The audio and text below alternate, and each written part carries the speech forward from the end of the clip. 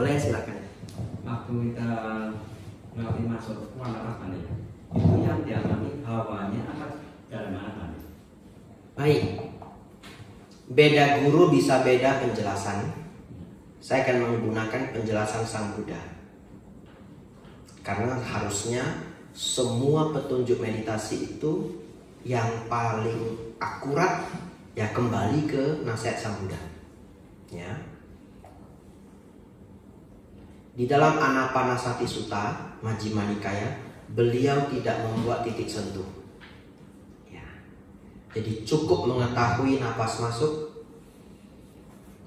mengetahui nafas keluar. Saya kasih contoh beberapa guru berbeda. Ajahn Chah mengamati sejak nafas itu masuk, turun ke bawah, nafas keluar, berhembus keluar. Mengamati keseluruhan nafas. Ini Ajahn Chah. Ya.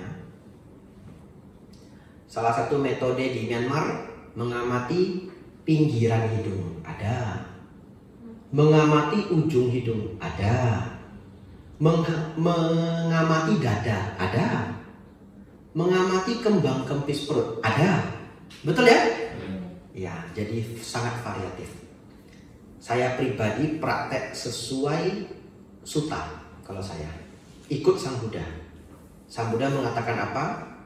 Mengetahui nafas masuk, mengetahui nafas keluar. Selama kita mengetahui nafas masuk dan nafas keluar, cukup.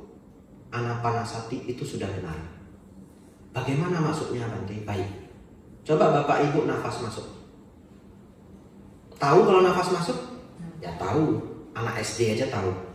Nggak bisa itu nggak tahu nafas masuk, nggak bisa. Pokoknya kalau kita bernafas ya kita tahu nafas kita masuk.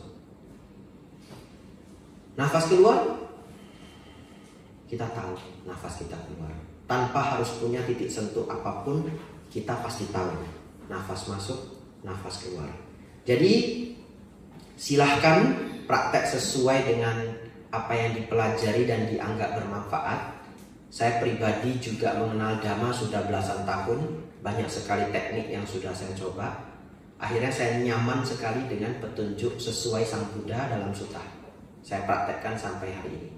Ya, jadi dalam Anapanasati Sutta cukup mengetahui nafas masuk, mengetahui nafas keluar. Ya, itu jawaban saya. Nah, kita mengerti ini ya. Berarti apa bukan ini? Maksudnya nggak tahu apa kemudian siapa dari sini kan ya kan ketahuan dari itu kan. Soalnya kita dia, duh kok sini kok kemudian kemana sana? Itu yang betul yang mana kan gitu. Pertanyaannya? Maksudnya kita tuh ganti semua mematikan pembuang Indonesia. Cuma sadari aja banyak masih di situ. Apa betul kan? Nah, tugas kita adalah mengetahui nafas masuk, mengetahui nafas keluar. Nah, perut itu diabaikan ya enggak apa-apa. Ya, kalau tidak bisa terabaikan nanti relax aja. Nanti ketika konsentrasi terhadap nafas itu menjadi kuat, kesadaran terhadap perut itu hilang sendiri. Kecuali memang ingin praktek teknik kembang kempis perut, itu nanti ceritanya beda lagi, betul ya? Tapi kalau kita cerita ikut petunjuk Sang Buddha, mengetahui nafas masuk, mengetahui nafas keluar, pertanyaan, tapi Bante saya kok merasa perut saya, kok terasa kaki saya, kok terasa yang lain juga, enggak apa-apa. Terasa pun enggak apa-apa. Selama kita masih mengetahui nafas masuk, mengetahui nafas keluar, pelan-pelan semua bentukan jasmani itu nanti jadi rileks. Ya, setelah sering latihannya atau setelah meditasi cukup lama, yang tadi terus mengganggu misalkan kesadaran kita terhadap kembang kempis perut itu mengganggu misalkan, karena rileks nanti pelan-pelan hilang sendiri. Ya, itu jawabannya. Ya, nanti pelan-pelan hilang sendiri.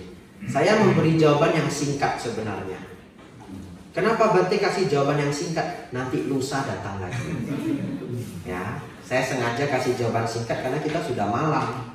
Ya, nanti Bapak lusa datang lagi. Bapak Ibu Saudara, lusa kita belajar meditasi. Tidak perlu khawatir Bapak Ibu ada di level mana. Karena saya akan membahas dari nol, dari sangat mendasar. Ya, silakan ikut saja. Bapak Ibu rajin meditasi, tidak rajin meditasi pun tidak soal. Saya menyarankan datang nanti lusa supaya Bapak Ibu tahu meditasi yang benar seperti apa. Kalau setelah itu pun Bapak Ibu belum praktekkan, ya sudah. Setidaknya tahu, oh ini cara yang benar. Ya, kapan-kapan sudah rajin bisa dipraktekkan. Ya, Bapak Ibu Saudara, ada lagi pertanyaan? Silakan. Anumodana pertanyaannya. Ya. Satu pertanyaan yang terakhir, ayo silakan. Yang tidak nanya nanti tidak bisa tidur. Ini pertanyaannya sudah di sini. Nah, silakan. Nanti kan katanya bisa dicapai seperti yang dicapai oleh Sang Buddha. Tapi kenapa janda keempat tuh ada yang bisa melihat kehidupan lampau, ada yang enggak, Bante? Baik. Karena para arahat yang lain itu belajar dari Sang Buddha. Apa hubungannya? Baik. Kan kita sekarang mendapat petunjuk dari Sang Buddha. Artinya kalau kita sudah mencapai jana keempat, kita tahu bahwa kita cukup melenyapkan asawa. Betul ya? Ya, kita boleh skip bagian yang lain karena sudah diberitahu oleh Sang Buddha. Jadi karena para arahat yang lain itu mendapatkan penjelasan dhamma dari Sang Buddha yang lengkap, bahwa kotoran batin yang paling halus itu adalah asawa, para arahat jadi punya pilihan. Setelah mereka mencapai jana keempat, cara yang paling praktis adalah langsung mengamati asawa dan melenyapkan asawa. Oleh karena itu, ada arahat yang melihat kehidupan lampau, ada yang tidak melihat kehidupan lampau. Ya, karena tidak harus lagi, bisa langsung melenyapkan asawa. Kalau kita belajar Paticca Samuppada itu dimulai dari awija, 12 rantai nidana. Tapi ada syair di dalam Samadhi Sutta. Bante Sariputta mengatakan asawa pacaya awija. Bahkan awija itu munculnya dari asawa. Jadi dari seluruh kotoran batin yang paling mendasar adalah asawa. Ya, jadi bagi seseorang yang sudah mencapai tingkat jana keempat, mana tahu nanti ada yang mencapai ya. Anda tidak harus melihat kehidupan lampau, Anda boleh langsung menemukan yang disebut asawa ini, memahaminya dan melenyapkannya, akan mencapai tingkat arahat. Ya, itu salah satu jawabannya. Begitu ya, ya, anumodana. Habis? Tidak ada lagi toh mau bertanya? Kalau ada satu terakhir, habis ya. Ya Bapak Ibu Saudara, luar biasa hari ini Bapak Ibu belajar sutta yang cukup panjang, 6 halaman. Tidak di setiap provinsi, tidak di setiap tempat saya berani mengajar kelas sutta. Kalau saya yakin Bapak Ibu punya semangat, punya konsentrasi, mau berjuang walaupun panas begini, saya baru ya, panas ya, betul kan? AC-nya mati. Ya. Oh, enggak apa-apa ya, walaupun kedinginan dan kepanasan begitu ya. Bapak Ibu selesaikan pelajarannya 2 jam lebih. Tapi kalau di tempat lain saya melihat semangat belum setinggi itu, saya tidak masuk kelas sutta. Ya, jadi satu kebahagiaan besar malam hari ini kita belajar Bhaya Bhairawa Sutta.